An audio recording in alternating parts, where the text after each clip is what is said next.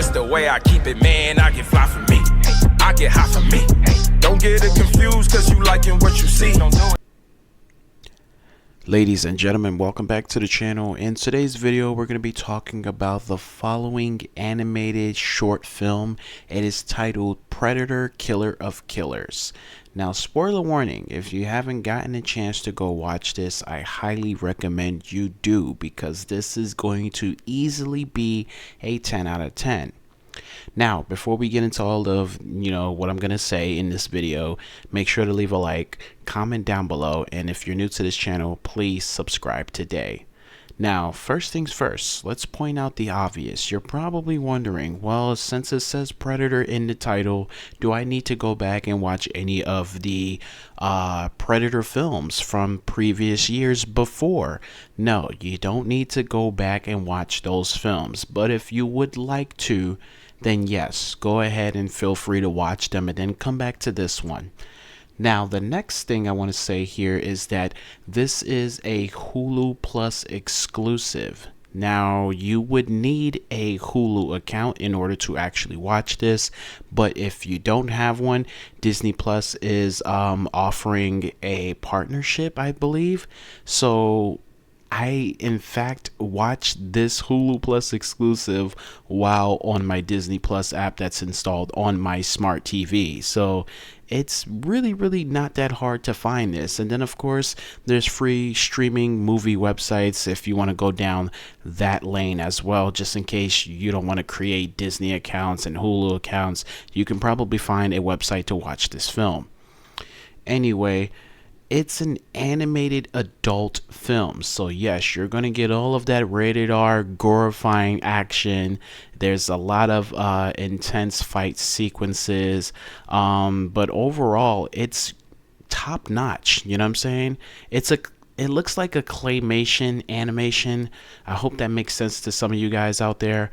But I just love the scenery. I love the aesthetics of the characters. You know what I'm saying? You can see all the emotions as they're fighting, the anger, the desperation, the fatigue. You can see it all in their face, in the movements of their body, the language. It was just incredible, bro. And one of the best things about this is that you can see how evolution has really evolved, you know what I'm saying, as far as like mankind.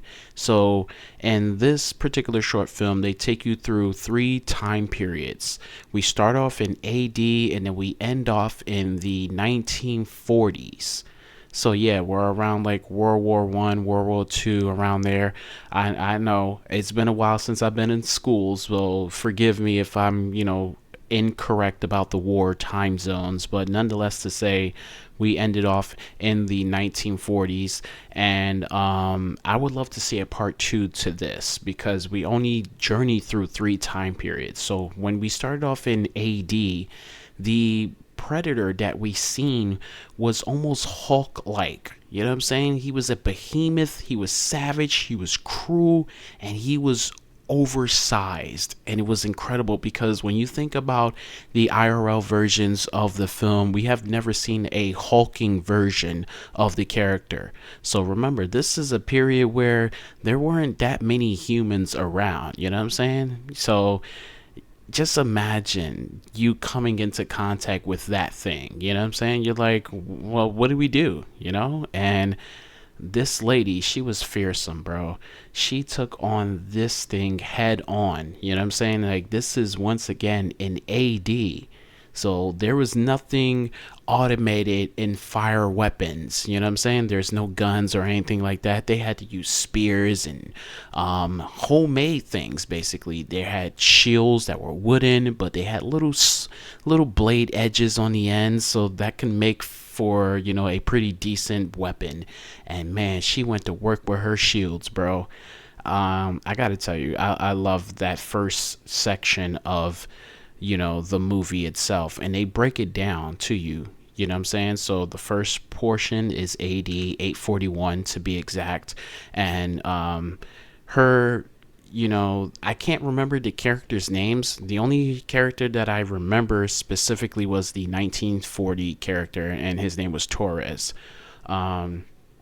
But nonetheless, to say, the female character that started our movie off, she was a badass. You know what I'm saying? She's a queen in all of her, likeliness. And in that first portion, her main goal was, seeking vengeance because her father was killed by someone else.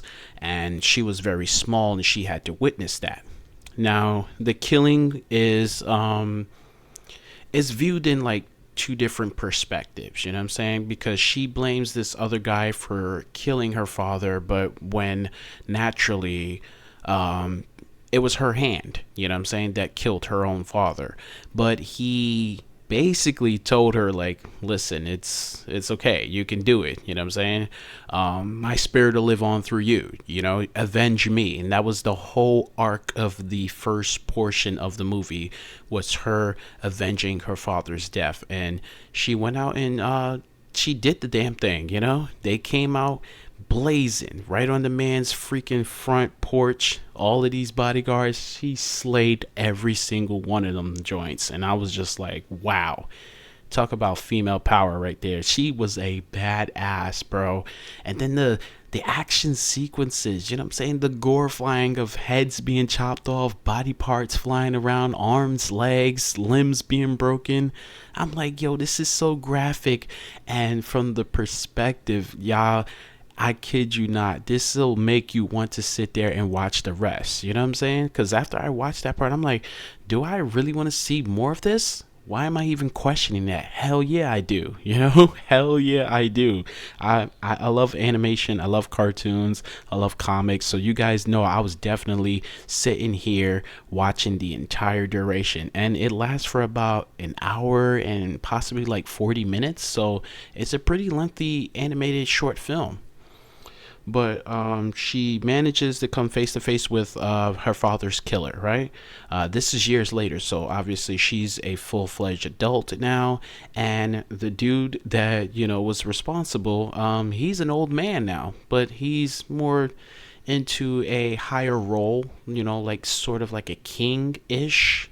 And she just comes up to him and they have their little confrontation, and then boom, she's at it again, kicking everybody's ass. And then here comes Predator, just watching from the freaking, like from like a shadowy place. And what's cool about, the Predators, specifically, this is an alien race.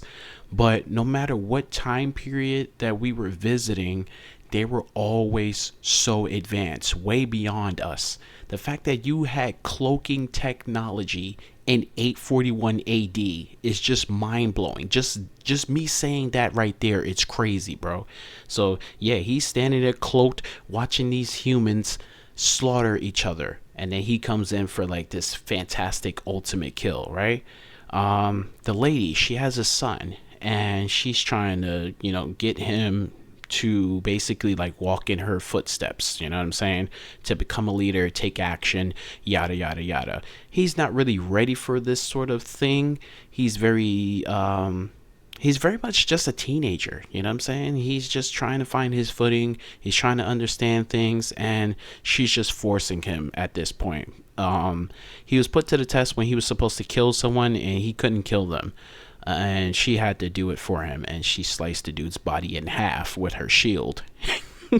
You think about Captain America in this moment when you're seeing all of this shield action. Can you just imagine if Cap was running around just sawing people in half with his freaking shield? Like, that would be literally insane. I know I'm going a little bit left field, but hey, forgive me, all right? Anyway, her son gets attacked by the Predator for no fucking reason whatsoever. You know what I'm saying? He's just out here just watching everybody battle, and then he just picks on the son. They did nothing to you, and then, now you brought upon the action upon yourself, Mr. Predator, because now she's gunning for you. And when I tell you, once again, he was Hulk-like size. Savage, behemoth, just cruel and super strong and aggressive. Like, he was not stopping whatsoever. And I like that he had this like little sonic propulsion weapon on his hand. It really done a lot of damage, especially towards the humans, obviously. But what was cool is that she used his own weapon against him, and she ended him, and it was really, really cool. Now we get to the next time period, right? So we're out of AD, and now we're in the 1600s, and we're in Japan, and you know what that means. We got ninja action, we got the swords, we got armor, we got freaking blossom trees, the color, the whole thing just transitions from something, barbaric to something slightly more modern. So now we got better weapons, right? We got swords, we got katanas, we got kunais, we got little throwing stars. Yeah, we got ninjas, baby. I'm like, holy shit. Now this story is just almost similar to the first story, you know what I mean? But with the second story, we have two brothers, and they were put up against each other in combat. Now, one of them is trying to earn their father's respect and obviously be the next person in line to wear the family's armor. And then there's the other brother that obviously he cares about his family. I'm not going to fight my brother, right? You putting me up against him. I'm not going to fight him. So the father just stands there and doesn't say a freaking word, but he's talking with his eyes. He's talking with his demeanor in his face. And the one that's trying to win over his father's respect, he ends up, fighting his brother. He slices his brother's face. Not like a intense slice, but just a little marking, just to let him know, yeah, I'm here. You feel me? I'm in the building. I'm going to be next in line. And the brother that didn't want to fight, he ends up putting down his sword and he runs away. So, time passes, and, the favorited son that wanted to fight, he gets all the respect. And the other son, he's out there all on his very lonesome, out in the woods, living like a caveman. But he's making moves out there because all of these years that passed, he was building up that anger, that vengeance to come back and seek out that ultimate meaning. And over the time, the father passes, you know what I'm saying? So everything that was, essentially his got passed down to the favorited son that wanted to fight. So now he's in possession of everything. He's the big man around the, the home. And his brother comes, and he is out there very, very stealthy. And he just comes upon the freaking land, and he just slaughters every bodyguard that was out there. Every guard. Every person that was standing there, he soloed them. You know what I'm saying? He didn't come out there and try to build up a team. He literally stayed by his lonesome self, taught himself everything. He was very skilled, very organized, and very stealthy. He came and he delivered the beat down that they needed. You know what I'm saying? Y'all slept on him. Y'all slept on his capabilities just because he didn't want to fight his brother. So now he's gonna show y'all what y'all been missing out on, and he took care of business, bro. So now the two brothers are up against each other, and guess what happens? They go to war against one another, and obviously what's lurking in the background. Very stealthy, but making himself obviously known. There's a predator there. Now we reached a different time period, so the predator has changed. It's not the savage, hulking behemoth version that we've seen. It's a slimmed down version, and he is, sort of like a ninja in the way that he was, set up with his gear. He had a katana blade, but he also had several other blades. That retracting chain whip thing that they use. Yeah. That dude was looking badass as well, but I prefer the Savage Hulk version. But nonetheless, to say, while these two are going at it, Predator's doing what he does best. He's looking for his next prey. So, yeah, he's going to work. He's killing people as well. And then the two brothers realize, you know what? We're fighting for nothing. Now we're going to have to team up so that way we can stop this guy. Because if we don't stop him, he's going to kill both of us. And they weren't going to let that happen. I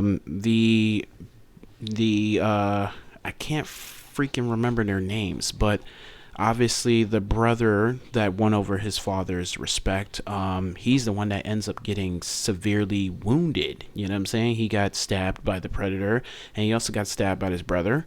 So yeah, he's fighting and he's putting everything that he got into this battle. And these guys, they deliver a freaking double dose of kick ass to that goddamn predator. And I was just clapping it up. I'm like, yes, two ninjas going at it, bro. Ninjas. This is what I'm talking about. These are samurai ninja warriors. And I know I said samurai and ninjas in the same sentence. Hey, listen. When you see this, you're going to say the same thing, bro. For real. It was mind blowing. I'm just like blown away by the choreography of the characters' movements. And I'm just like, holy shit, bro. Being a freaking ninja would look so cool. And I'm just like, this whole entire time, y'all working together as a team, it could have been like that from the start. You know what I'm saying? Y'all didn't have to try to win over your father's respect. You didn't have to go so hard on your younger brother. You feel me? Because look at how y'all working together right now as a team. This is perfect. And then, you know, we get the whole poetic, poetry lines from his brother about talking about, a leaf falling and it not being alone and stuff like that. I kind of forgot exactly how the quote went, but it hit me. I'm not gonna lie, it hit me. It was a powerful line. And then his brother ends up dying. So yeah, kind of crazy. And then we get to the final period. We get to the 1940s. You know what I'm saying? We got the war. We got airplanes. We got machine guns. We're automated now. You know what I'm saying? Different time period, different, agenda here. But same old, same old. We got this guy named Torres, right? And he sees these planes just every day, just flying over his home. These guys are out there going to war, saving lives, kicking ass, that sort of thing. And he gets inspired to want to be a pilot, but he's just a teenager with a big heart, you know what I'm saying? And he needs to just slow down. In my honest opinion, he was just so eager to do this and do that. And basically it's like, when you're, when you're coming up, you know what I'm saying, you can't really just expect to, skip levels, you know what I'm saying? You got to take each level one at a time as you're progressing as a teenager, as a human being. And he just wants to skip all the way to the fun parts, you know what I mean? You want to be a pilot, but you don't know nothing about it, you know what I'm saying? You don't know the courage that it takes to be up there, you know what I'm saying? You're 1,000 feet above ground in the air. Like, does that not scare you? And he's just like, yeah, I want to be a pilot. I want to do this. I want to do that. You know what I mean? Just take your baby steps, bro. Relax. But the day comes where his father is just like tired of bailing him out in life. You know what I'm saying? As a teenager, when you're coming up, you're gonna make a lot of mistakes. You know what I mean? But eventually your buttons that you are pushing when it comes to your parents, yeah, you don't want to push too many buttons, because obviously your parents will get tired of you and they'll kick you out and throw you to the streets. So it was that sort of, incentive that was, put into action. His father was tired of his shit, and he's just like, listen, I can't clean up your mess anymore. And he hands him a paper, and it says, you've been drafted. And I'm like, oh my God. Now comment down below if you ever received any draft, invites in your mailbox or something like that. Because when you get those things, it's serious. That means you have to fight for your country. You know what I'm saying? I don't know if it's like against any sort of terms to like not actually go when you get drafted, but nonetheless to say he got drafted. So yeah, so now he gets what he wants essentially, right? But then when he gets there, it's not exactly what he thinks it was, so he gets there, he's eager to jump into a plane and be one of those fighter jet pilot people, and his captain is telling him like, listen, you're not one of us, you know what I mean? You fix planes, you fix engines, that's what you do. You stay in your lane, we'll stay in our lane. So now there's this big aerial assault happening. There's planes all over the place, and these guys got to go into action. And he wants to go up there with him, and the captain is just like, no, listen, you're gonna stay here, and that plane better be working and up in the air when I'm touching back down. So yeah, that's exactly what he had to do. But the situation called for some extra backup. They were out of range to where there was no radio communication, and something was up there that was a little foreign, a little strange. And you know exactly what that was. It was a freaking predator. Now, obviously, like I told you, they're advanced. They're way beyond human life forms. You can see a freaking gigantic spaceship, and it's cloaked, but you can see like the exhaust and the flames, and it's flying up there, and it's taking out every single plane, bro. They got some automatic freaking targeting systems, lasers, the chained rope situation. They're yanking planes out of the sky. They're eliminating so many humans so quickly. And you would have thought this was an army of predators. This is just one predator. Now, the change in the predator, once again, you get a slim look of a predator character, but this one, he looks a little bit smarter than the last two versions of the predators. He looks a little bit, I would say he was kind of like Torres in a way, you know what I'm saying? He doesn't look like much, but he went to work up there. He knew exactly what he was doing. He knew all the buttons to press. He was taking everybody out.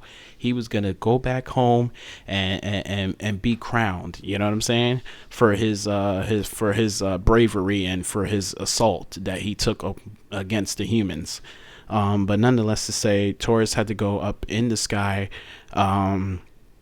disobey the captain's orders to stay grounded. He went up there and he had to deliver a message to tell him, like, listen, whatever's up there, we can't face it. We're outgunned, we're outmanned, we don't have enough of this and that and the third. So he went up there to tell him, and it was a little bit too late. Everybody gets taken out except for him and the captain. So it's just Torres and the captain. They're having this little heart-to-heart moment. They're giving it all that they got, and then the captain ends up getting sacrificed in like such brutal way. The freaking predator sends out that retracting, metal chain thing, right? It goes through the ship, and it pulls back, and it slices the freaking captain's head completely off of his body. So now Torres is alone, and he has to fight this fight by himself. He does a lot of awesome maneuverments in the air. It was one scary moment where he got out of the plane, and I thought he was going to freaking die. And he's, he's just out there, just brave. And I'm like, this is the moment that he has been seeking for all of his life. You know what I'm saying? He was living for this moment and this moment alone. And he ends up giving, the predator a run for his money. And it was really, really cool to see that. So now I'm like, at this point, what is Torres going to do against this one predator, right? And he ends up, giving him the slip for just a brief moment, but then after that, more reinforcements ends up showing up, and this is where the turning point happens in the film. You see more predators actually arrive, and they take Torres, and you know what's funny? They were collecting humans from different time periods, and this would literally blew my mind. I'm like, holy shit. They got humans in cryostasis. Every time you kill a predator, they knew about it. So they took the lady from 641 AD. Wait, was it 641? Damn, I forgot. But they took the lady from the AD period. Then they took the brother from the 1600s, and now they have Torres from the 1900s. And I'm like, holy shit, bro. How is that possible? How are y'all living that long? Do you know how many years that is from AD all the way to a present 1900s? That's a lot of some odd years to be living. And I'm like, holy shit. So they had all of this time to, take their notes. You know what I'm saying? They're studying humans from different time periods. They're studying all the weaponry. They're studying our advances that we have made, and they are just taking notes and they're collecting humans. And then they put us up in this final battle, right? You see the king of all the predators come out, and he's just like, listen, you three are going to fight to the death. One man standing, and the last person that stands will face me. He puts on this collar to where, they can hear what he's saying. It can be translated because, they don't speak human language. They speak their own, alien race language, but you know, um, it gets translated into the human dialect, and they are able to understand him. But now these are three random people pulled out of time. You know what I'm saying? These three people, they don't know each other. Taurus is trying to talk to them, and they just don't understand what he's saying, because you got one person that speaks Japanese, and then the person from AD, she doesn't speak one bit of English whatsoever. I think she was Russian or something like that. And Torres, he understood like a little bit of Japanese, so he was able to talk to the little swordsman guy, and they were able to come up with a little decent plan to try to work together. But this lady, she's just like, I want to avenge my son, I want to avenge my father, and I want to kill this damn beast. So yeah, she was trying to fight both of them, and she was almost going to give them the run for their money. You know what I'm saying? This is the lady with the shield that was kicking ass, and she was handed a shield in the battle. They handed them a weapon from their time period, which was freaking literally insane. She ended up getting an axe, right? She ended up getting an axe. The samurai or ninja, whatever you want to call him, he was ended up giving a weapon from his time period. And then you got Taurus, he was given a freaking flintlock. A flintlock, are you serious, bro? And this is a weapon, you know what I'm saying, that you got to use gunpowder for. You got your little bullet things, right? And you got to put the powder inside of the gun and then put the thing inside of there. Yeah, it was complicated, and it was funny because he looks at the weapon and he's just like, what the hell? Like, bro, this is, well, it's technically not from his time period because it was like from the 1700s. So this was like, when pirates and everything were around, and he's just looking at this weapon. He's just like, what the hell? Like, why do they get the actual things from their time period? This is not from my time period. How do I even use this? You know what I mean? He pointed it at them, but obviously it didn't scare them. These two are, freaking badasses of their own kind. Anyway, while they're fighting and everything of that nature, other things are going on in the background.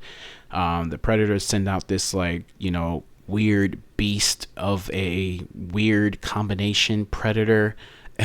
And he's just like, being controlled by chains, and then he's set loose, and they have to fight him, and they end up slaying the beast, which was almost damn near impossible. Torres gets eaten, and while he's in there, he's figuring out a way to try to get out of there. Torres is literally the whole brain of this operation, because he's the only one that can speak English, and he's the only one that's actually trying to get out of here.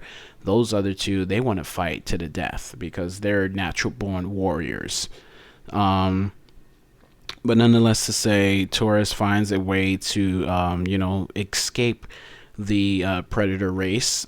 He ends up stealing one of their aircrafts, which is really, really very smart. He understands how to fly things, so he says to himself, like, this is almost like the same thing, it's just a little bit advanced, you could do this. He closes his eyes, he ends up flying the plane, not the plane, the alien spacecraft ship, and he takes the Japanese guy with him. Now the Japanese guy, he ends up getting he gets his arm like just severed off, and it was just very brutal. And the lady, while Torres is trying to save both of their skins, the lady, she's just like, listen, you two go ahead, I'm gonna go down there and just basically sacrifice myself. You know what I'm saying? So she goes down there. This is while they're in the air, by the way. So she, descends from the freaking aircraft, and she has her shield in hand, and she's just going to work. And the king, he's just like, you know what? It doesn't even make sense for you to fight, because you're not going to win this fight. You know what I'm saying? So he decides not to kill her, but instead he's going to put her back into a cryostasis, and he's going to go after Torres and the Japanese guy with one arm now. So he tells all of his little minions, he's like, let's go hunting, because, this is what predators do. They hunt, they prey on things. So you see all these fleets of alien ships going after Torres, and the movie ends right there. And I'm just like, no way. I want more. I love this, bro. I loved it so much. I want more. I wanted part 2. I want to see where they end up. You know what I'm saying? Do they end up following Torres? Does Torres, hide out for years, and he's now in the 2000s era, and things are different. You know what I'm saying? He's much more older and more wise and more advanced. Time has obviously advanced itself. The human race has definitely evolved. Weaponry is a whole lot better now. You know what I'm saying? There's scientists, there's things that could possibly happen. There's so much more story to be told, and I would love for that to come about with this series. That's pretty much it with everything. You know what I'm saying? The ending ended off the way that it did. They showcased the lady being taken back to a pod where she would be frozen in time. And I guess they'll ultimately decide what to do with her. Maybe they'll try to turn her into a predator of some sort, and maybe send her after Taurus, and that would be really, really interesting. But nonetheless, to say, I enjoyed it. I highly recommend that you guys go ahead and watch it as well. Once again, it's a Hulu Plus exclusive. If you don't have Hulu Plus, you guys can actually watch it on Disney Plus. They have a partnership over there, so as long as you have an active account, you should be able to watch it on the Disney Plus app. And if you don't have those two options, you can always just search it up on a free streaming movie website, as long as it works in your area, and as long as it's not red flagged and safe, you guys should be able to watch it. Definitely, a 10 out of 10 on the recommendation, and that's my overall rating. If you guys like this video, make sure to leave a like, subscribe if you're new, and of course comment down below, and I will catch you all in the next video. As always, peace. I do it, I just tryna make my mama proud of me. I hope my mama proud of me, cause I dubbed college just so I could focus on a dream. I know my mama died of me, salute me, now she down with me. Now 2 bros going back and forth, sibling rivalry. Who this guy gotta be, do numbers like the lottery. The coldest every winter, every summer, nothing hot as me. And if I spring up, bet my nigga on the side of me, ready for a war.